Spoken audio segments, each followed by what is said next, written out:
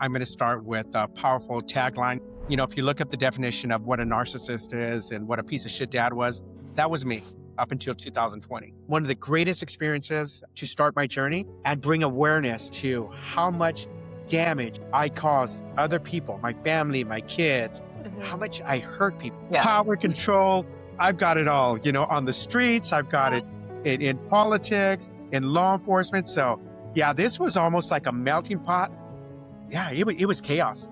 What I'd like to say out there is the universe blessed me, but it also punished me with beautiful little girls that are teaching me a lot of lessons.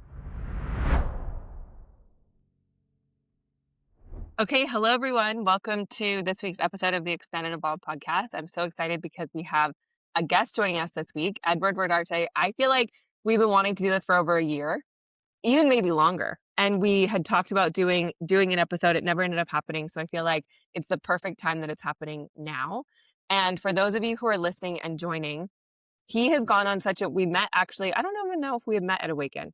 Met at Awaken or at Reunion, and we did plant medicine together and got to know each other really well there. And I feel like we had spoken a little bit about your journey and being a narcissist. I'm like weird with labels, so I don't necessarily love it, but also how that impacted your relationships, your kids, and you now going on this healing journey yourself of transformation from maybe who you were and the person you used to be, and just how much accountability and acknowledgement you have for how you used to be, you could say, impacted the people around you.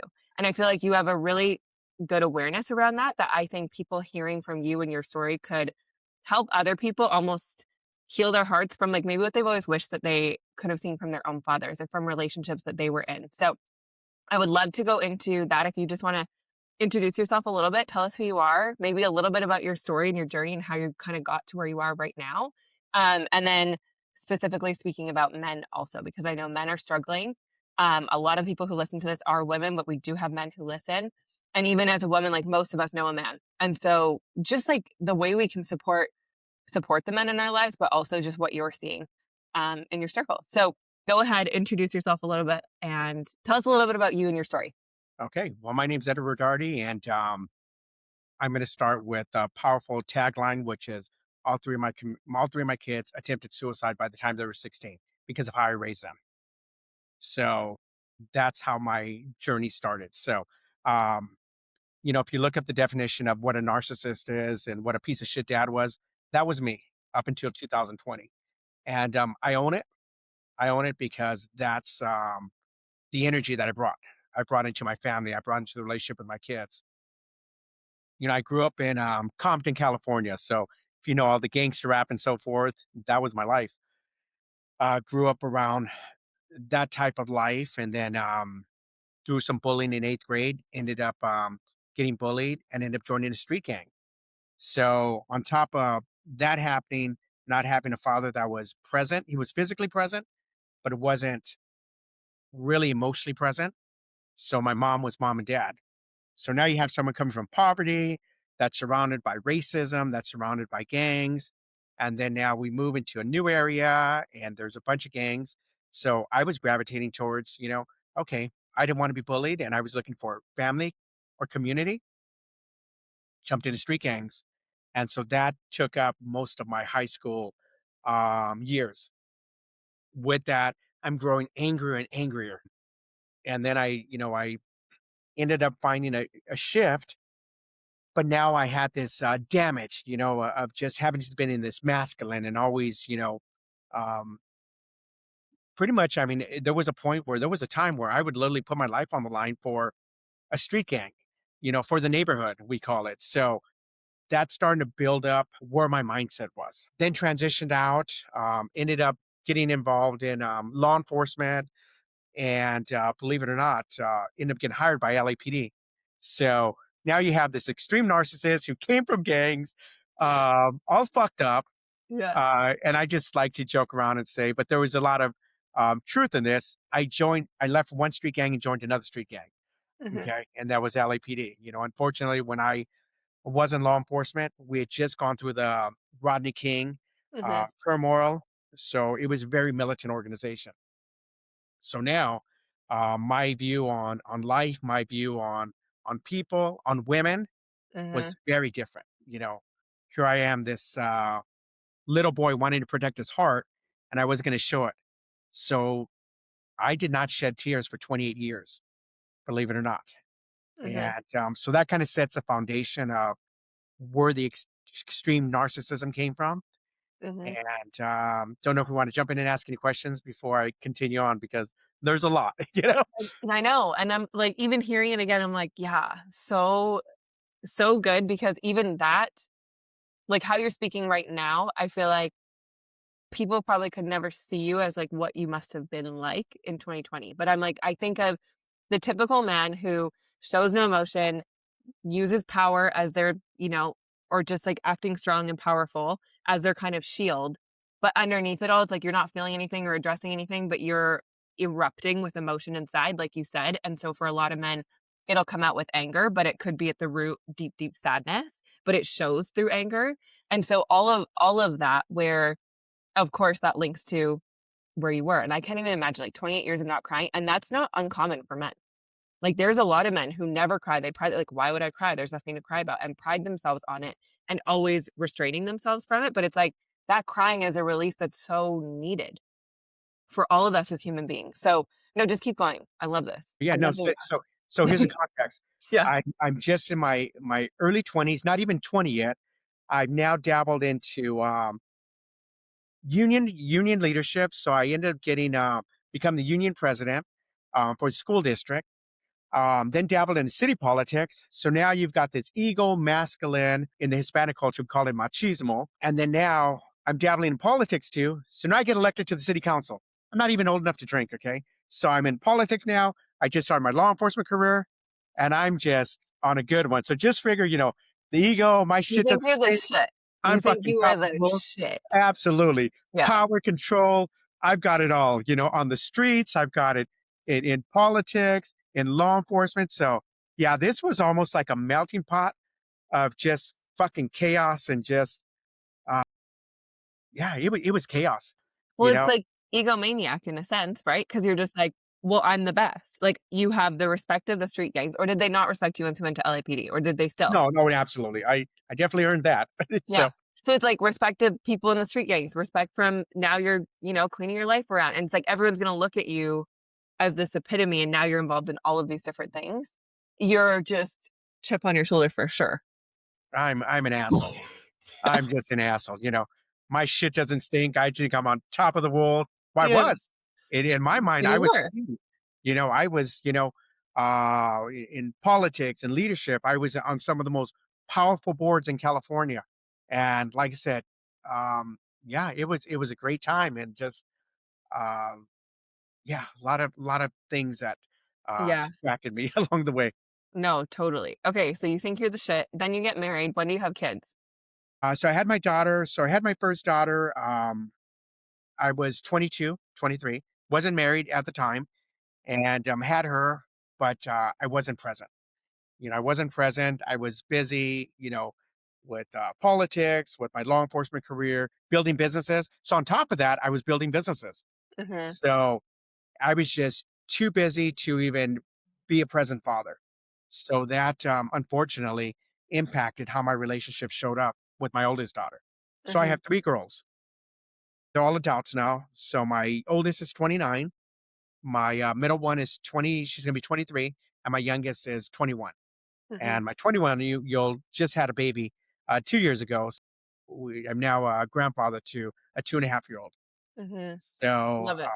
all girls. So what I like to say out there is the universe blessed me, but it also punished me with beautiful little girls that are teaching me a lot of lessons because unfortunately everything that I have done to women in the past, it seems to be showing up in the relationships, and it's really causing some issues that are triggering me.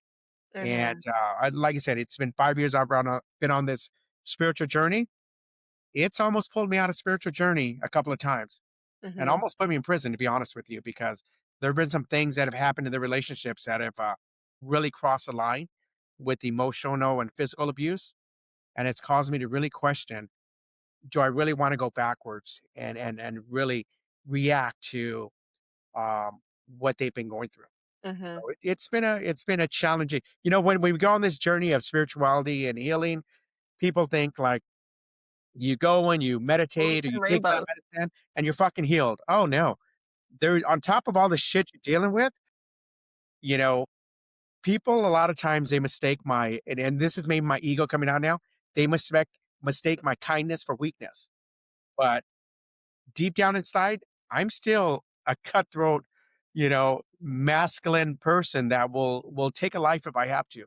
Right. If it means putting my daughter's life in jeopardy, uh, I would not hesitate in a heartbeat. Yeah. And But I think that's like okay, people could think that that's scary, but I'm like, that's should be in all of us. You don't wanna have to access it, you don't wanna have to go there, but when it comes to your own kids and like that, I think that's a normal human thing, especially as a man, like, that's a piece of you that you should be able to access. They always say, like, you wanna know that you have a guy that, like, could be and is the animal, but it doesn't come out around you, you know? It's like you wanna know that that part of you is still exists, because otherwise I've been saying this a lot lately. I'm like, "Are you a man or are you a bitch?" And, like, just in so many guys and situations, I'm like, "Are you a man or a bitch?" Because like, you can't be both, like, pick one. Obviously, you could be both, but just to simplify it where it's like, as a man, even as women, like, that's in us. Yes, we're capable of that. Um, it's just, yeah, obviously, not doing it out of a reactive state. Ending up in prison would be great. no, absolutely. Yeah. No, So but it is interesting because I think as you go on this journey too, like, I have sons, you had daughters. I think you typically have what you need to maybe the relationship you need to heal most. And for you, obviously, if you had boys, that wouldn't have helped. You would have just egomaniacked your way through making them egomaniacs, where you can't do that with daughters. I mean, maybe you could, right? But at the same time, I'm like, it's going to show you, it's going to keep putting in your face like the thing that you need to look at, which is like accessing that soft, kind side of you, which has always been there, but wasn't safe. And then same thing with just how you treated women too, like putting it in your face of holy, this as is as much as I wanted a boy so bad, I'm glad I didn't get one mhm. because my state of mind and where I was at, it would have just been a repeat of the cycle. So it's almost like the universe said no. We're gonna end this with you. And so because I look back and I go, man, how would it have been? And especially in that mindset that I was in, and so it would have been, yeah, it would not have been pretty. Wouldn't have been good. No. So I know, I just love that, like, trusting what you've been blessed with, because like, there's probably a reason for the gender that you're having and getting.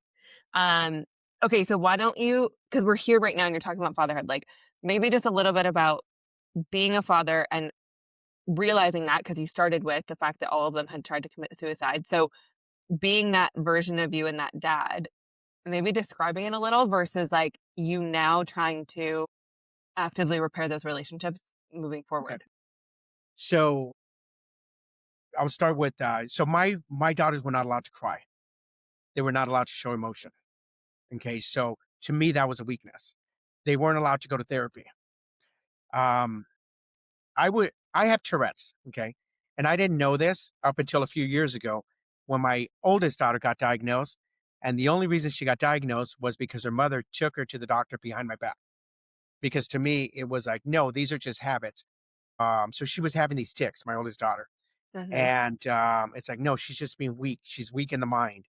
And so I had grown up with it, but I had just gotten used to fighting it. So now here I set the context of, yes, we have the big house, we have all the toys. Um, I'm providing, I give them things, but I didn't provide. I provided a home, but it wasn't an emotionally safe home. So the way I shut them up was I just bought them things. So they had all the things they needed. We had the pools, the jacuzzi, the movie, the home theater room, and so forth. So we were the home that all the kids wanted to come to. But once you peel through the layers and once everybody's gone, it's all okay. Dad's See. up and gone. Mhm. So they weren't allowed to cry, no emotions. They had to read motivational books and they had to get straight A's. Okay, so now figure I have now my oldest, who's probably about 10, 11 years old, Her younger sister is maybe 4 or 5, and the small one too. So they're living in this type of environment where you can't show emotion, you can't cry, and their mom, would try to speak up, but she had no voice because my masculine and my ego was too overpowering. Mhm. So she just allowed it to happen. Mm. And looking back now, it happened the way it was supposed to, because had she fought back in that state of mind that it was in, it probably would have been physical. Mhm. So there was a lot of emotional Mhm. psychological abuse. And as I've done my work of starting this process of healing over the last 5 years, I came to a conclusion just a couple of weeks ago. I came to a realization that the reason I was trying to raise strong, independent girls was to protect them from a man like me. Mm. Mhm. So that was powerful Mhm. to realize, like, subconsciously, what I was doing Yeah. is I was protecting them, Yeah. but In a way to the love. point that they struggled with cutting, they struggled with suicide because I gave them PTSD. I Mhm. gave them PTSD by the time they were 16. They had all struggled with wanting to even live. That's how much chaos I brought to the house. But in my mind, I was just doing the right thing of making these strong little versions of me, Right. little business owners and entrepreneurs. So, and I look back and I go like, fuck, how did they do it? Mhm. Yeah. Well, and that's so common because if there isn't a safe place for the emotion, like, where are you gonna you have to feel it somehow because the pain is in there regardless. So whether you're allowed to express it or not, the pain is going to come out. Just like how it's like you had pain, so what happened? You're causing pain to others, or you're causing pain they were causing pain to themselves with the cutting. Like, it needs a way to be felt. And so no matter what, you're gonna find a way, and yeah. And the most fucked up thing about this Mhm. is when they were doing it, I was telling them, get it right the next time, because I didn't raise weak girls. So They're, like, that's crying how, out for help, and you're like, "F you, do it, like, kill yeah, yourself then." yeah, because it was disgusting to me that here I was trying to make them strong, and they were looking for an easy way out. So yeah, And so it's that for was women, though, especially with suicide, and, like, obviously you brought this up that most women don't go all the way. So most women will a suicide attempt because it's their, like, last cry for help, like, that's how bad they are, but they're really hoping for someone to just help them, where a lot of men will take it all the way. Like, I don't know what the exact stats are, but I know most women don't actually succeed, and it's because deep down they don't actually want to. They just want someone to finally come help them or relieve them from the pain they're feeling, where a lot of men, like you just said, like, do it right, they're gonna take it all the way, and so they do. Yeah, absolutely. so crazy. Okay, before we jump into men, the Tourette's part. Do you feel like that's just a because to me, when I hear that, I'm like, that's just ho it's almost like, where breath work and your body, like, does that? It's like, it's just energy trying to move, but you've trapped and restricted so much, or you didn't have the freedom to say something, so you're afraid of someone getting mad at you, whatever it is. I feel like it's just a manifestation of that in a way. Like, where does your Tourette show up? And I'm sure for her, it's like, it's fear. Like, you're afraid you're gonna get in trouble or afraid you're gonna get hit or afraid of something, and so, like, you can't function properly, and I just think it's energy trying to move. Almost like a burp. Like, it's like, Yeah.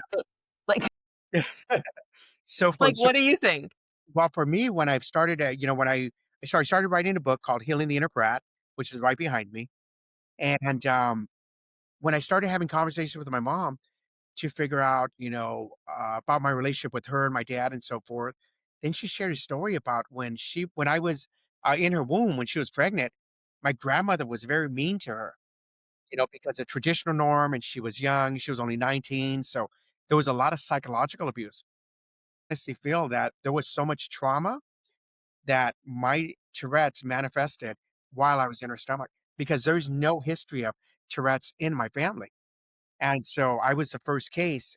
And then so I'm growing up, and they called it bad habits, or just it's just a bad habit. You can control it. So I would literally get punished, and I would get bribed, like, oh, if you don't do these head movements or these What was your thing? Like, what was your thing? my neck, move my Yeah. neck. little like grunts in my throat, like clearing myself. Um, just like eye movement sometimes. Like now you'll notice it, because I've said it. So you'll see them, they're very subtle. But so I grew up with it and remember, I didn't get diagnosed as a child, as a teenager, as an adult, because to me, that was just, uh, my parents dismissed it. My mom dismissed it as no, no, that's just bad habits. So imagine being in school, in high school, and you have these ticks, but you're holding them, you're suppressing them because you don't want to get made fun of. Yeah. And then you're just fucking into a safe place, and you're just screaming and letting it out. But see what No, I mean? It's just energy, I feel like, because ultimately you're trying to hold it in, trying to hold it in, and it's like, it needs a release. it Like, needs a I feel release. like it's just your body trying to release. I don't know. I feel And like it it, happens to a lot of kids in high pressure households. and it could be because I feel like in a mushroom ceremony, I released a majority of it. Like I released it. But I remember when I was in corporate America, being in boardrooms and literally going freaking crazy because I'm literally like standing still because I don't want people to notice me, or sitting in the back of the room because I don't want, them to notice. Like, You just need movement though. Like, it's like, you just let yourself have the freedom to move, and then you're not restraining yourself. I don't yeah. know. Interesting. Interesting, interesting. Okay, let's talk about the men, just because 'cause you're doing men's groups now, and I think that that's really cool, and maybe just what you're seeing from men in terms of, I know you said people recently have committed suicide. I feel like men are struggling overall, like, a lot of men are struggling, whether it's with addiction, self-worth, not enoughness, lack of inspiration, motivation, or, like, feeling, I don't know, like, any sense of purpose, or I don't know, I just feel like a lot of men are struggling, and then that's impacting relationships. Not to say women are not struggling, because we can go into that too, but I just find in a lot of relationships where maybe the woman is taking initiative to, like, try to be more aware, do the work, like, a lot of their men are, yeah, having a tough time these days. So maybe if you wanna speak a little bit to that.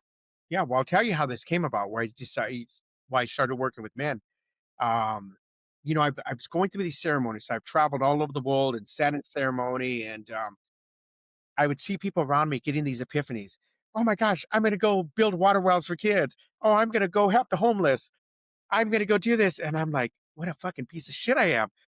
I'm not getting like, like what is my purpose in life? Yeah. So there I go do the minute, go do some more. But it's like your purpose right then was heal yourself, dude. I know, but I wanted a cool thing. I'm like, okay, when is it gonna come here? Like, am I gonna go kick down doors and save like trafficked kids and Yeah, yeah. drop from plane like some exciting shit? And I'm looking and people are crying. And, okay, go do some more medicine, and then they're gonna go do this, and nothing's coming. And I'm like, what the? So then all of a sudden, it was July 2 years ago. I'm in ceremony, and you're right. It was I had to do a lot of the inner work. All of a sudden, I'm sitting in ceremony and it says, okay, you're ready for your purpose. I'm like, okay, what is this? It's going to be exciting. It says, you're going to go help men heal the relationship with the children. What the fuck? Yeah. You fucking kid. I was angry. Yeah. I was so angry, Well, to, but, like, what do you mean? I just have to do what I am, but that's so how it is. I, honestly, was pissed for a couple of days. It's like, and then all of a sudden it said, no, who better than to go deal with some piece of shit fathers that don't realize they have an issue than you, because that was you. And then Mhm. it took me through this whole, because remember, I'm fighting this. So the more I'm fighting it, I'm freaking going through some struggles. And it's saying, you've been involved in gangs, you've dabbled in all that stuff, you've been in law enforcement, you've been on the corporate side. You can relate to these very, very toxic men. Mhm. So, and you're not afraid to confront them. So you're the right person. So then I sat with it, and then it's like, okay, I get it now. And this is where Fatherhood Voices was born. It's like, Right. okay, so, you know, it started off with I help piece of shit, dads Yeah. heal the relationship with the children, so that's where The kind of funny it part is started. most of the piece of shit dads probably don't know they're a piece of shit, so they wouldn't even know that that's them. You're right. You're right. And then what I realized was it was more than that. It's healing the inner child. It's taking, because you look at any narcissist, and I hate putting labels on things too. Yeah. Yeah. So you look at these fathers that aren't Use it present. like people understand typical qualities of a narcissistic person. And so take that. Yeah. Okay, so they're not showing up for the kids. They're being verbally abusive to their baby mama. All the things come into play. You know what that is? That's just a bunch of broken little boys inside that are just struggling. And the only way they can mask it is by being a fucking dickhead. Okay, sorry, like us, but it's just being a fucking dickhead. So you dads that aren't being present for your kids, and you guys that are verbally abusing their moms, you guys are just pieces of shit. So I'm just gonna put it out there. Um, And you it's can say it because you were a piece of shit. because I Like, it's was, okay. I was, and it's frustrating to see. But now what I'm starting to realize is it's just mask. It's a mask on. Mhm. They're running away and they're using addictions, alcohol and drugs, and just that narcissistic behavior to just mask it. Women, sex. Women, But, like, sex, ultimately, what is the root? It's a sad little boy. sad little That's boys. it. And so, like, I've always this is where I can get myself in trouble is I have so much empathy for the guy who's a dick even, because I'm like, "No, I can see right through you."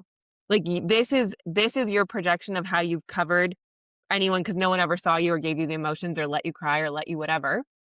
And so that's how it's manifested now as an adult is being that asshole. But ultimately, it's like inside you're hurting, but you don't even know how to access it. So they're not even aware that, like, deep, deep down, it's like they just wanted mommy and daddy ultimately, and they didn't show up for them. And so until they go address that, which most people who are narcissistic, they won't, they'll just keep running their rampage through like women or people or whatever. It's like that's ultimately what it is. And so it's like I feel for them because all I see is that little boy who needed that, but it's like obviously it's up to the individual to go access that within them and decide enough is enough. I've hurt enough people. I need to go back and heal myself so I stop hurting people. Well, I don't know. I'm about to piss off the women in the audience because I'm going to say something that's going to trigger them. Yeah. Okay, you women contribute to it. You're a big part of it because you love the bad boys. You love these piece of shit people when you have a nice man in front of you, but you want the piece of shit, the one that's going to treat you like shit. So you contributed to it because you allow it to happen, because Mhm. you put up with it. So the more that women put up with it, the more that they allow these men to gaslight them and do all this shit and verbally, logically, and emotionally abuse them and even physically abuse them, and you continue to allow it, then you're a part of the fucking problem too. Well, Sorry. yeah, it's just repeating. It's because okay, this is like the theory, right?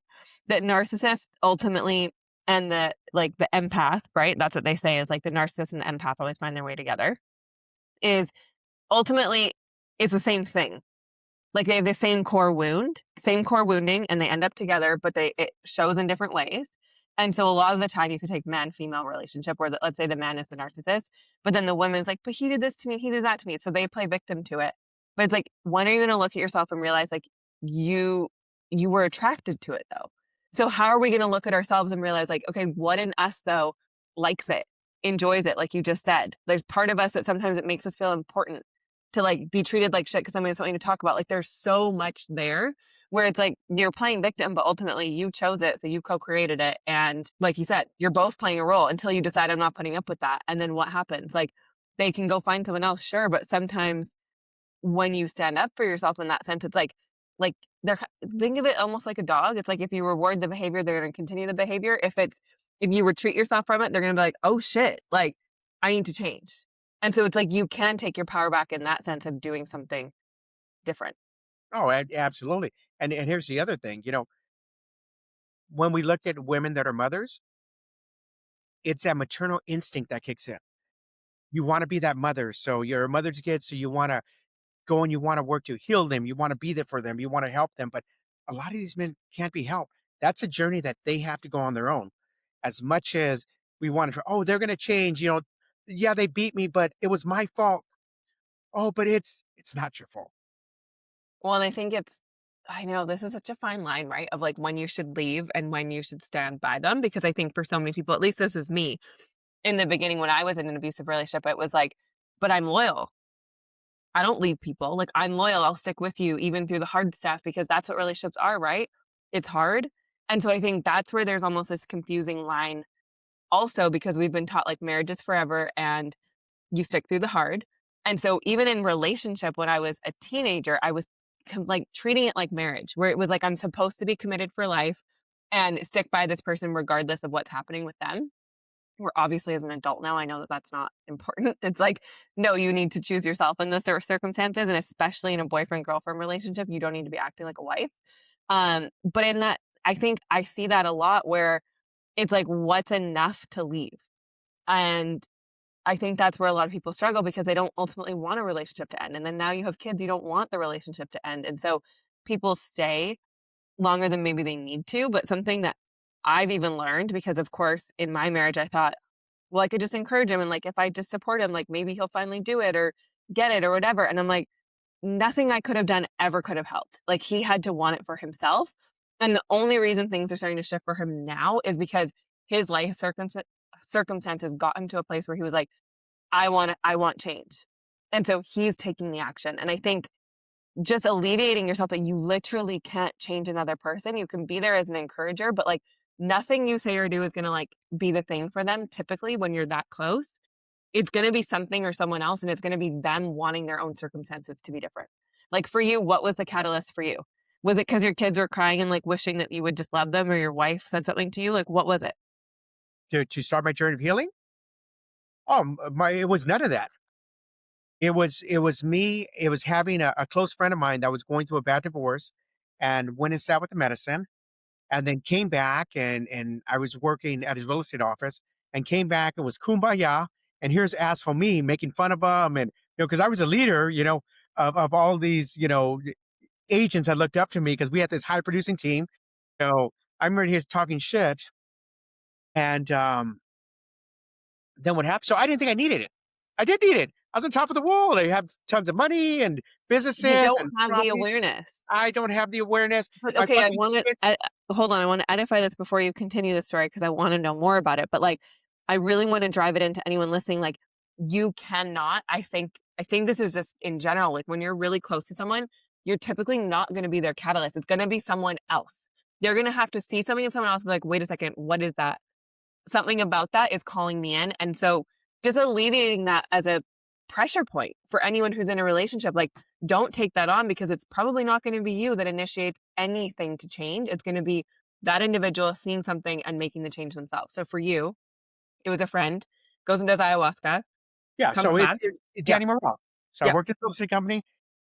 He came back. I'm oh my gosh, what the fuck is he selling now? Like we're gonna meditate. What? So me, typical asshole. This is 2019. Yeah. Oh, so So I good. don't have a fucking problem. I'm on top of the world. My kids You're are like, running. I'm perfect. I've been Hey, grounded 28 years because you don't know any better. my kids are running a relationship with me. Fuck them. I don't need them. I'll freaking find me someone with some kids. Okay. Wife wants nothing to do with me. Fuck her. I'll find someone else. Like this was my mind state, my mindset. So, and I'm not proud of it. Okay. And I'm not boasting about it as much Rather, as but this proud is I so am. real. Like, I'm like, hold on, rather than looking at yourself and being like, hold on, if no one in my life wants anything to do with me, like, what role am I playing? You're like, fuck all of them, I'll find someone new. But that's total narcissistic behavior. It's like, it is. oh, you don't like me how I am? Okay, screw you, I'll find someone new. I'll find a new family. Yeah. No, literally, Fuck it. This is real. Like this fucked up shit. But yeah. find me someone with some kids. More kids. You're like, Fuck fuck them kids. Like, they're your kids. up. And you're like, nah, So, screw them. I'll find someone else's. No, this is so so real. Oh, okay. Sorry. Keep going. It's too good. December 2019, we go to a sales meeting. There's like 800 people there. Do the normal end of the year goal setting. Then Danny gets up and says, okay, we're going to do this exercise. Here we go. We're going to do an eye gazing exercise. Mm. Go find someone you can't stand, someone you hate, someone you fucking despise. Go. So everybody's running out of the room. I see about 100 people come towards me. Okay. Fuck. Me and Danny did not have a great relationship. I fucking hated him. He hated me. We were mirrors of each other. His brother, who was a manager of the office, kind of kept us separated so we wouldn't kill each other. Right. I go on that stage and I says, you, right on there. And he's like, are you freaking serious? Like, he's on stage. He's like, he threw his hands up like, well, I guess this is how it's going to go. So me and Danny did this eye gazing exercise on stage. Everybody's doing it. Me and him are doing it. Remember, I haven't cried in years. Okay. 29 plus years. All of a sudden, we do this eye gazing exercise, and I start seeing my mirror, start seeing his mirror. And then we just have this emotional break of like, fuck, you're me. I'm me, you're I, me, I'm you, and you're me, yeah. and yeah, And so from that, so we did the exercise. It was beautiful. I still was like, fuck him, having a beautiful moment, but like, ah, is this real? He says, you know what? I want you to come do ayahuasca with me. So start getting a little more information about it. I'm like, oh shit, this is One Heart, and they cater towards the tech investors in Silicon Valley. Well, I'm building a real estate app. yeah. I don't So need what healing. I just had a moment, but you know what? I don't need healing, but I can go get funded. Oh, I said, okay, I'm going to go to this One Heart. So I go through these interviews, okay, and they were very thorough with their process and the way they vetted. I think I did like nine or 10 interviews. So Tim's Mhm, was a part of the group stuff. I did so many freaking interviews because I think they were trying to figure out, like, are you really serious? Like, because I was so in my extreme about my questions. And I honestly think they picked me up and took me into the group as kind of like a guinea pig or a right. test project to see if the medicine would really work on me. No, 'Cause that literally, was they're pretty like, fucked "Let's up. see what we Okay. can do with this guy." Like, their container is, they want to protect the container, you know, right? Yeah, And so I think I was almost like a social experiment. So I go in February, literally a week before the pandemic. I go sit with ayahuasca. I didn't really read the books. I didn't do the homework. I didn't follow the diet. And I'm going to go network. I'm going to go build some connections. yeah, eats, ta street tacos, how'd that go for you? That was horrible. Did have some street tacos before, and I paid for it. So I have Yeah, a funny story about that. So I went in ceremony like I still don't need it. Like I had this moment of eye gazing. It was powerful, but I'm not broken. I'm good. I took that first cup. Forget it. That was it. I literally went into my 16-year-old daughter's soul at the time. It mhm, fucking broke me. I lost it. And in that moment is when I felt her hurt, her pain, her shame, her sadness. I felt it. I went through it.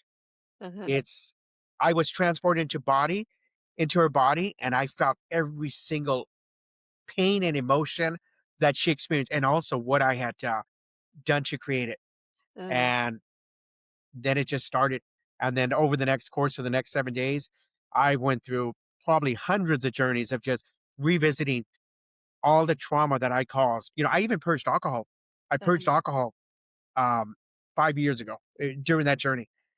And one of the greatest experiences to start my journey and bring awareness to how much damage I cause other people, my family, my kids, my wife, my mother, my everybody, my team, mhm, how much I hurt people with my words, with my actions. And it just like my heart burst open. I had multiple ego deaths. And then from that day forward, fucking knew things were. I actually bought my Tesla at the fucking retreat. I always wanted a Tesla, the big one, the S, 90. yeah. And but I didn't think I was worthy. Like, I don't know. I just, had this money, but I literally bought it in my little fucking hut. I grabbed a freaking connection and bought my car Really while I was really worse. freaking going With through your my phone shit. in ceremony, like, you should not have your phone. Oh Every time I'm like, "What are you doing?" "Oh, just transfer your bank accounts to your kids." my Like, gosh, that was a very expensive freaking ceremony. yeah, no. Oh, Okay, for people listening to, like, ceremony, he's talking about plant medicine, so whether you've sat with ayahuasca, I know so many times, like, how many times have you gone back? ayahuasca probably about 30 or 40 times. Yeah, and Then then mushrooms, probably another 40, 50. So probably about 100 ceremonies over the course of 5 years. right, yeah, and you had a lot to move through, and so some people might think, "Oh my gosh, that's a lot," but if you take yourself and how long let's say you went to therapy once a week for somebody, like, this is just condensing that. That's what I find. It's like it gets you right to the root. Plant medicine helps take you there. Bypasses all your shit, your whole ego story of how you're showing up in the world right now. It bypasses that and allows you to really go into it. Like, I would, I don't know. I think you'd have to be a really, I can imagine you, egomaniac, going into a therapy session with some therapist talking to you and being able to access the pain of your daughter. You never would have been able to cross I that. refused. I refused Yeah. it. When my daughter became an adult and went to therapy, she wanted me to go. I am not going to no fucking therapist. Fuck you and fuck them. I don't need help. You go deal with that shit. This was, you know, yeah, yeah, she tried to get me there. Well, Absolutely here's not. the thing, as a narcissist, even if you did go to therapy, you can manipulate the therapist. Like, you're still gonna be playing the role to present yourself as how you wanna present yourself. So it's like, when you do plant medicine, it's like you actually access the real you underneath all that stuff so that you can help start letting go of it, and that's why I feel like it's so powerful. The sad thing is, I go through and I look at how much money I've invested in my personal growth. Hundreds of thousands of dollars. Seminars, books, conferences, retreats. All this I invested was for building me up for business. I never spent one fucking penny on a book about being a father or going and learning how to be a husband or a partner, anything. And that's sad. It's sad that, we as men, we show up and we want to invest in ourselves, but we forget the important things, which is family, which is our kids. And I just recently came to that conclusion just not too long ago. Is I look Mhm, at all these different, Tony Robbins, Les Brown, everything I went to. It was never about, and yes, they sparkle it, but I was in the mindset of how to grow my business, business. yeah, And I can honestly say that had it not been for plant medicine, I would never have had this break mhm. because I was You on. would've just stayed in the zone of building, building, building, building, building. That's Business, it. business, business, business, business, yeah. And for those of you that are like, "Oh, plant medicine," I was that person. Okay, I was that person. I never experimented with I couldn't experiment with drugs because I have an addictive personality. So if I'm in, I'm all in. If I'm gonna do coke, we're gonna do all of it. If I'm gonna do this, so I the one beautiful thing is my addiction was power, um, and it was money, Mhm. and it was alcohol, and maybe women, but we're not gonna go there. So and But it's so real, like, I think that's common for think of how many men in power have both of those addictions, though. Like, they're addicted to their power, but then they're also addicted to women or cocaine or alcohol, and then that's just how they, like, deal with life and the stress, and then there's also the men who maybe are not addicted to power, don't even have their power, but then I feel like those guys are typically the ones who are like super addicted to porn and like vaping, for example. It's like a different type of guy. It's like they're still addicted to something, but it's like you're dealing with a different issue. And so your addictions are different. I don't know. Like I just find there's some that are like pacifying and some that are like help to reduce stress. Anyways. no, absolutely. And me going to all these different ceremonies, yeah, I started working on myself, but my business 10x. My business shot up. My new ideas, new creativity. The first 3 years were hard because there was a lot of shit to unravel. But then afterwards, the dots started connecting. Oh, I Mhm. can, I can do this. I can do that. I can expand. I expanded my Airbnb portfolio 1,000%. My rental income, multiple businesses. So it's not just going and healing yourself and trauma and all that sissy stuff. No, once I got through that hurt little boy, and I'm on this journey, it's a lifelong journey. So, Yeah. It I doesn't don't just want people to finish. think, Yeah. yeah, you go take some plant medicine and I'm healed. Fuck no. The Mm-mm. real work starts after the journey. Mhm. And it's work. And from that, Okay, like I because said, I think this is important because some people think they can go to plant medicine like, okay, great, I'm healed. You had one experience where you got it. But like you just said, when you come back to real life, now it's the repatterning in your normal day to day that you now have the awareness to go, oh shit, I do that. Oof. Okay. How am I going to like sit with this, change it, shift it? And that's, and that's how your life starts to change. And it's obviously your viewpoint around life. But I saw this video the other day about plant medicine where it was like, okay, imagine you, I don't know, try to go swimming for your first time, something random, like, or like hit a baseball. And you do it once. Okay, well, did you become an expert? No, you like you kind of knew a little bit. And they were like, it's the same with plant medicine. Like the more you have experience with it, you're building a relationship with it, you know how to work with it. And then you become a master of how to like deal with certain things because at first, the first time you could do plant medicine, it's like you're just letting it move through your body, like, whoa, what's happening? Like, this is crazy. Like, I find some people are like looking for the experience, even in breath work. They're like, but nothing crazy happened. And I'm like, you're getting to know how to use it. And I think the more you do it, you're going to have different things that build on each other. Just like you, Mr. Egomaniac, wanting to know your life's purpose on time one. She's like, no, no, no, sir. We're going to take you back because without all this unraveling and awareness, you can't actually live out your purpose. Like, how are you gonna help men when you didn't know how to help yourself? And so it's just trusting, like, those little baby steps that are happening. Because sometimes I think people are afraid. I'm like, it is not gonna take you to the deepest, darkest space of your whole entire life that you can't manage. It's only gonna show you what you're ready for and what you're ready to move through.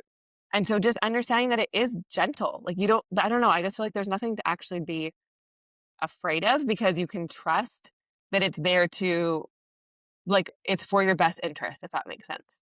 So, I don't know, I've even in my experiences that I felt kinda like, "Ooh," like, really not comfy, and it brought me out to the other side, and, like, you always feel good on the other side, no matter how hard it is, and I think it shows you, I'm sure you can say this after not crying for 28 years, like, the pain isn't something you need to fear. It's something that you need to be willing to feel, and it makes you more human. You talking just reminded me of a funny story when Yeah, we were in ceremony, yeah. and Well, you know my life purpose before I do. but before that, Yeah. um, that journey, even though there was tragedy that happened and so forth, um, that whole ceremony, because a lot of people think like, oh, it's all about healing and my inner self. That whole ceremony for me was about making money. Mhm. And I remember losing my shit and going to the restroom and yelling to the toilet, "Oh my gosh, it's this easy, it's this easy." And I'm connecting the dots. And there was a point where I was trying to bribe the shaman to sing me a Yeah, yeah. song. Yeah, yeah. And it kept going up. It went from 0 to trying to smooth him to 500 to 1,000 to 50. Like 10 I would grand you give you offered him. fucking $10,000 to pay a song Yeah. because I wanted that song in that moment. And it was just funny because it's like the dots had connected like with certain aspects of businesses that I was working on. Mhm. And it's like, this is all it is. So, when we do talk about plant medicine, it's not just once you get through the healing, man, the creativity opens up and just it's like the impossible becomes possible. And so if you don't do it for your healing, then do it for the creativity piece and the other stuff will come along.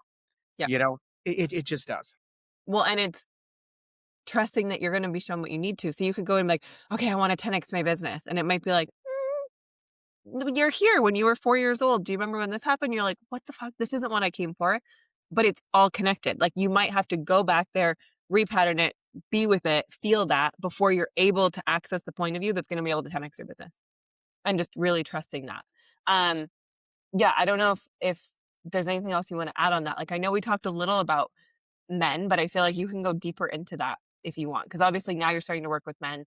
You mentioned that you know some people that have committed suicide. Like, what are you finding? Like, what do you find with men they're so maybe, like, afraid of? Like, what do you wish like, is there anything you can say that you wish someone would have said to you, or anything someone could have said that could have helped you go on this journey? Or do you think the only way for you and for a lot of men is, like, they have to see something in someone else that they are like, "Wait a second, you have something that I want, and now I'm listening."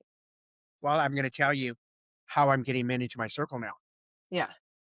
because I'm dangling money in front of them. Mm. Okay. And then let me explain. A lot of narcissist men don't think they have a problem. They don't think they need healing. Okay, you don't have a problem, um, but you want to build generational wealth. Mhm. Let me show you how. Right.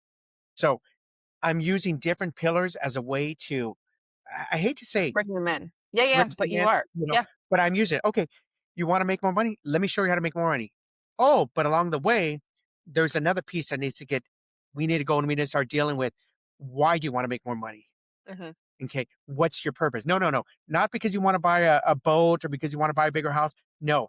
What are you going to do? If the universe is going to bless you with this, what is going to be your purpose? So now what I'm doing is I'm taking sometimes dangling wealth in front of them, sometimes dangling freedom, sometimes and using that as a hook to get them in. But then I was like, okay, before we get there, we got to do the inner work. We got to visit that little boy inside. Totally. And then it's like, whoa, whoa, well, do you want the life that I have? This is where it starts. So, had someone dangled that and that's what ended up happening when I went to the retreat, it's like, "Oh, I'm gonna go meet with all these tech founders, and I'm gonna build this app, and I'm gonna get, all this funding." Mhm. That's what drew me in. Right. So now I'm just making the correlation now. I'm doing the same thing now. I'm Right. just drawing people in by finding it's almost like, I'm tapping into, um, their poison. Mm, yeah. Have you want more of this? Well, we gotta do this first. Oh, well, you want this? Oh, you want more women? Well, you gotta do this first. Well, because if you were to just advertise, like, you've ruined relationships with your kids, like, yeah, some men you might get from that, but the ones who are really, like, in it right now, they're not gonna identify themselves in that. Yeah. This so I have a men's group today.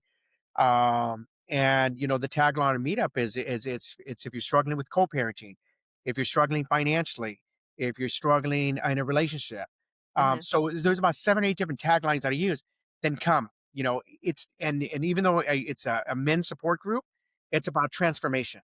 It's about a safe container where men can come and just be vulnerable and just share. Because as men, you know, you go to sporting events, you go to barbecues, you go to and what happens? They go in the back and they talk about bullshit. They talk about sports. They talk about who they banged last week. Women. This is the shit they talk about. Okay, let's be real. it's of nothing. And what do women talk about? Women talk about the struggles in the relationships and the kids and all these different things. Men need to start having these real conversations. They need to start having conversations, not just about sports, not just about the women and surface level stuff, but there's men that are struggling that won't show it to their dearest, closest friends. There's a friend that I had met about 2 years ago, and I was on my journey of healing and stuff, but because I didn't get it too much into that woo woo stuff. Mhm. He would have fucking killed himself about a month later. You know how much guilt I felt that I had some tools to be able to offer him, but didn't feel like he wanted to hear it. So I just wanted to kind of keep it separate. Like, hey, you're not conscientious, so I'm going to keep this For to you myself. and it's also for your own embarrassment, like, you felt like, "Oh, he might think this is too woo, so I'm not gonna bring it up," versus just share it, and who knows what the tool is gonna help that person. Absolutely. And I look back and man, maybe there's something I could have said, something I could have done to help him. But he Mhm, put up this great front of like life was good, not realizing that behind the scenes, he was already had tried it multiple times, come to find out. And then this time he just got it right. mhm, So yeah. uh, What this have is you found that is though, like, men who are struggling or I don't know if you've had people that have almost committed suicide or talked about suicide or whatever, but just, like, where do you see it going from here? Like, how do you feel like you're gonna help them, or how can women that maybe have a man who's struggling support him? I'm gonna provide them the resources and the tools so they can start their journey of healing if they choose to. Because it has to be their journey. I'm not helping anybody heal. All I'm doing is I'm sharing my Right. story and I'm Mhm. going to provide a safe container. It's here. If you want to participate, great. If you don't, then good luck with whatever you're doing. But I'm Right. not chasing people anymore because, No. I'm not sure if you went through this, but you come back from journey and I'm like, you're fucked up. You need to go to ceremony. You're fucked up. You need to go and you're fucked up and you're fucked up. Yeah. You come back and you identify everybody that needs it. And it's like, okay, you know what? That's not, I have to be the best version of myself and Mhm. show up. And it sparks people's curiosity. This is how my daughter started their journey. Mhm. This is how their mom started their journey, is they got curious about why I was happy, why I was showing up different now. And that's piqued their curiosity. And then gradually they started the journey of healing. So it takes one in the family. It takes Right. one. And although people think we're weird and we're the black sheeps, you know what? It's Well, okay. and it just kinda, like, puts it back and, like, ratifies the same fact that it's, like, all you can control is you. So if you're wanting this person really close to you or this other person in your family to heal or, like, you can see why they're so messed up, it's all you can do is be yourself. You share what you're doing, yeah, but then you go on that journey and hopefully, like you just said, it sparks the curiosity for them to want to do something different, and they see that change in you, and then they're like, "You're different, and I want that." Um, rather than trying to convince people. Because if you're just, like, trying to convince people are like, "Whoa," like, they need to come to that on their own. It's sad. I don't have really good relationship with my family these days. I just choose to stay distant for the most part. But I would come back from these ceremonies. I would have these cousins that would be drinking and Yeah, into sports and stuff. And I'd be like, oh, I'd want them to ask about it. Like, oh, how was your journey? Because, I post it. No, they don't ask. And then I'd go and start to like, hey, This could really be good for you. Oh, no, no, I'm good. And as they're chugging another freaking 40 ounce. And I'm like, you know what? It's deep down inside, it hurts because there's this knowledge, there's this medicine, there's these different tools. And it's not just plant medicine, it's journaling, it's yoga, it's breath work. There's Right, all all of these it. different modalities. But the fact that they choose to just live in that pain and sorrow by, drinking and just being dismissive of what life could really be like. Like life is fucking beautiful. You know, this is our heaven or our hell. I truly believe that. So, we say, oh, well, eventually we're going to get to heaven or we're going to get to hell. No, this is your heaven or hell. So, how are you going to show up in this lifetime? And it Mhm. hurts me when I see the closest people to me that aren't willing to go and do the work because what would it do for the relationship with their kids, relationship with their wives and husbands, with their family?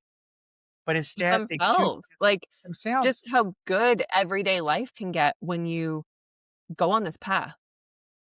Like, I'm sure you feel this too, where I don't feel this unnecessary stress and burden of, like, needing to accomplish all the things every day. Do I still wanna accomplish stuff and elevate and do these things in my life? Yeah, but I don't feel the, like, pressure that I used to put on myself, and I can appreciate the beauty in everyday life. Like, I'm not constantly worried about tomorrow or 5 years from now or 10 years from now. I'm so in the present, and your life becomes so much more peaceful when you live in that place where life truly becomes beautiful, and like you just said, you create heaven or hell on earth, and I really feel that, where I'm like, my life now, and you probably see this too and why you've grown distant with your family. There's things happening in this world that I'm so removed from, it's not even in my awareness that it exists. And that's the coolest thing about when you go on this journey, I feel like internally, is your external starts to reflect it. So the lives I used to live in, the things I used to be around, all the stuff. And you could probably say this too, like it doesn't come near me anymore. So these types of people or experiences, like they're not even they don't show up. It's kind of like how your Instagram algorithm goes off what you look at. So does life. And so if you feel life is beautiful and you're happy internally, it's like all of it starts to reflect externally. And I feel this even on a nature walk. I'm like the trees and the birds, like we're all talking together and like everything is like you said, the kumbaya, but it's so real and it's not, I'm not crazy woo woo. I'm not weird. I can still be in a normal room. I can still go to a conference. Like I'm not like, you know, how some spiritual people go like so far gone. You're like, this is like not reality, but it's their reality and that's okay for them. But it's like, you don't have to turn into the hippy dippy woo woo 100%. You can just have it be an aspect of you that makes your life so much better. I want to share a beautiful story about that. Yeah. St. Patrick's Day last year, I went out with some friends from the old neighborhood. Okay. So from back in the bad days. And for the first 2 years, I kind of stayed away from all that because I felt like, oh, I don't want to get sucked back in.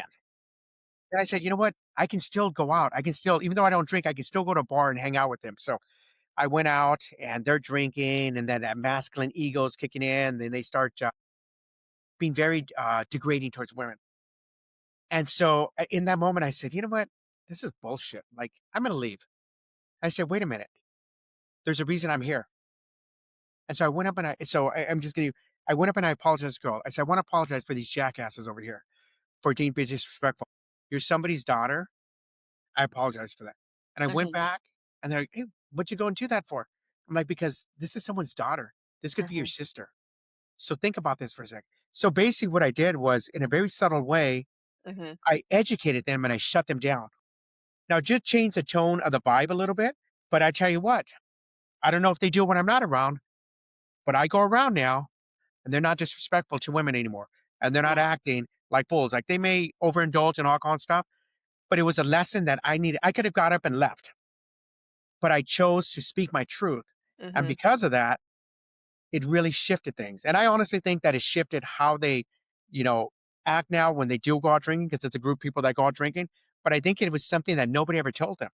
Right. Nobody ever corrected them. Well, and if you think about groupthink, let's say one guy's doing it, just like how you said, most guys, they come hang out and all they're doing is talking about like basketball or women because it's what's been socially acceptable to talk about. So everyone just falls into that. So same thing when all these guys are doing it. How many of them also kind of like feel bad on the inside, but they're like playing the part because that's what the group is doing. Where again, I saw this other meme that was like, I think the issue these days is like no guys are telling these guys that they're losers. So it's kind of the same thing. Like you need someone to say something to help put you in your place and bring awareness to like, hey, that behavior, not cool. And then most people are quite receptive. They're going to be like, oh, yeah, like that doesn't feel good. And then they'll shift the way that they're acting or behaving, especially at least around you. It's the same thing for women. If you have someone that's always gossiping, you don't engage and you say like, sorry, this isn't productive. I don't want to talk about it. They're not going to keep gossiping every time they come to you. They're going to realize you're not the person to gossip with. So I don't know, at least for women, I always find I'm like, if you're the one who knows everything about anyone, it's like, what in you is allowing everyone to want to gossip with you? Because there's something going on with you that's like creating that also. And just So just to remind us. as a man, I'm going to put this out there. If you don't stand up for women when you're out in public, if you see them being belittled by their date or by someone and you don't stand up, you're contributing to the problem. Mhm, Because when sexual abuse happens or physical abuse happens, just know that you're a part of the problem. It's mhm, not just them because you have a voice and you could have stood up for someone of the opposite sex that may not have that voice. So I'm totally. very passionate about men need to step up and stand up for what they see. See something, say something. Yeah. Well, you've probably seen all those reels that they do where like they're pretending for the abuse in the streets and stuff. And like so many men just walk by and you're kind of like, what? Like how like I'm so not that person. I would get involved. I've done it, like where I've seen parents mistreating their kids and I'll put myself in the situation. I'm like, is everything okay here? And like I'll go find the kid and talk to them because I'm like, this is so messed up. But again, it's like I could easily just turn a blind eye. But I'm like, that awareness, like, hey, I see you. I can see how you're treating your kid. This isn't cool. Could be the thing that shifts them. You don't know. Like it's just sometimes we need that awareness that like, oh shit, that behavior is not cool.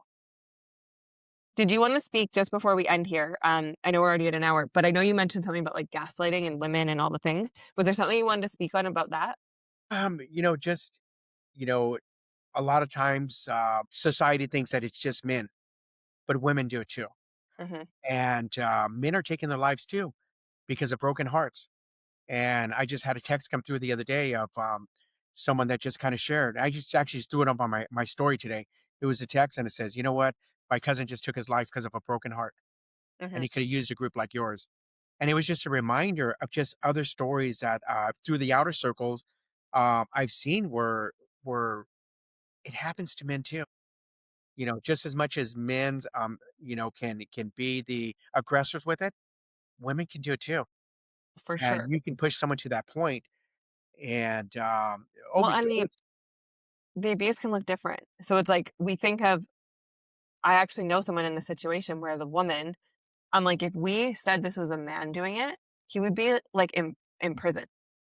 He like it is so bad, but because it's a woman and she can't like beat him to death, let's say, you whether it's through emotional, verbal, or physical, it's like it's all of a sudden like, okay. But I'm like, you're tearing them down in the same way that if this was the reverse, they would literally go to jail for the treatment and the things that they're doing. And also for women who, like, I see this too, where they threaten them or they make them feel worthless or they tear them down completely and then they take the kids from them and like all these little things that trickle where a man can feel completely helpless. And so again, it's like, how are we contributing in like the way that we speak to them? Because ultimately we're all talking to each other's inner child. So if you're tearing them down and making them feel worthless, they're going to appear worthless, right? It's like imagine talking to your kids like that. They're going to start to believe what you're saying. And so it's just noticing like how do you speak about your partner or to your partner if you are in a relationship and like where can you also start choosing to build them up? Or even the men in your lives like actual real check-ins. I don't know if you found anything that works, but to cultivate true conversation. Because I think this is something with guys where, okay, let's say they're still out with all the guys at the game, and this is the typical conversation. Like, how do you begin shifting the conversation? So, like, you're in a group and you don't want the surface level bullshit anymore. You know that it's useless. Because I think about this too, and I don't really hang out with a lot of people where we have surface level conversations anymore. But it's like to be the shift that allows everyone to start feeling safe enough to like talk about something real. well, here's the problem is as soon as you try to have that conversation, the first thing they say is stop being a little bitch. Right. Stop worrying, suck it up. That's the problem is unless you find, and Like I'm if gonna say they're open. conscientious, but those people that they may dabble in the bullshit surface level stuff, but you can pull them inside and say, hey, Edward, I just want to let you know I'm struggling. Mhm. Can we have a talk? You know, Sometimes it's separating from the group Right. because that's Not the in a group. biggest issue is you go in and you bring it up, and then all of a sudden they start teasing each other, Mhm. and then you know what? It sends them into a deeper spiral. So it's almost like a person has to be careful where they share, Right.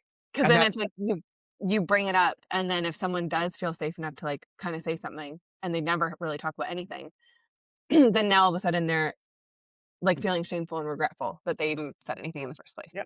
There, like I said, there's meetup groups or there's groups out there, Mhm. and I just know. especially for men, they just have to go and just find that safe place where they can know that there's a lot of men struggling out there, Mhm. a lot of men, A lot. and you'd be surprised as the men that you think have it all together are the ones that are struggling the most. Yeah. Well, in different ways, because you could have your life figured out business-wise, and like you said, your family life was a mess. So, just knowing that everyone has a something that they're working through and working on. Love it. Okay, so where can people find you? Any last thoughts? Anything else you wanna share before No, no, I'm thank you, yeah. for giving this platform to be able to share, at least a little bit of men's perspective also on how we Mhm. struggle. I have a podcast called Fatherhood Voices where I bring men on to share their stories. Second season, I brought my daughter on, so my daughter's co-hosting it with me, and what she likes to say is she's a survivor Mhm. of Fatherhood Voices because of what she went through.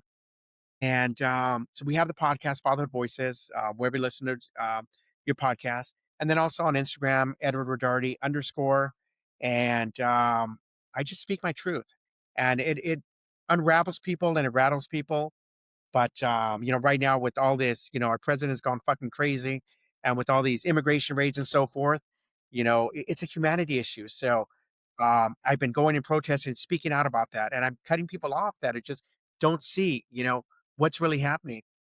So if you don't want to get triggered, don't watch my stuff because I'm definitely speaking my truth and I don't Right. hold back. Yeah. But it's authentic and it has to happen. These are Yes. conversations And that your need. delivery, you're allowed to give your own delivery and your own opinions. Yes. But that's something on the internet people feel like you're supposed to make everyone comfortable, but it's like, if it's your page, your voice, you're allowed to say what you want. And in Like, we closing, like mushrooms here in ayahuasca.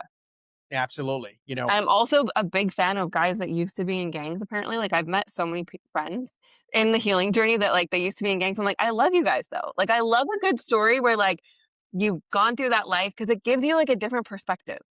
Like, you have a different perspective on life, and then you go turn your life around and you're just it's just, I always see it, I'm like, you're just a regular human being, Yeah. dealt Um, different cards. we're all That's it. little boys and girls at the end of the day, Yeah. all inside. I love it. Amazing. Everybody has the ability to heal, but it has to be their choice. Mhm. It has to be their choice. Amazing. Thank you so much for being here. Thank you so much for being here. I'm so glad that we could do this. I will see you in Anaheim. And Anaheim, yes. Amazing. Thank you so much for being here. I'll make sure to link all your stuff. Okay, thanks. Bye.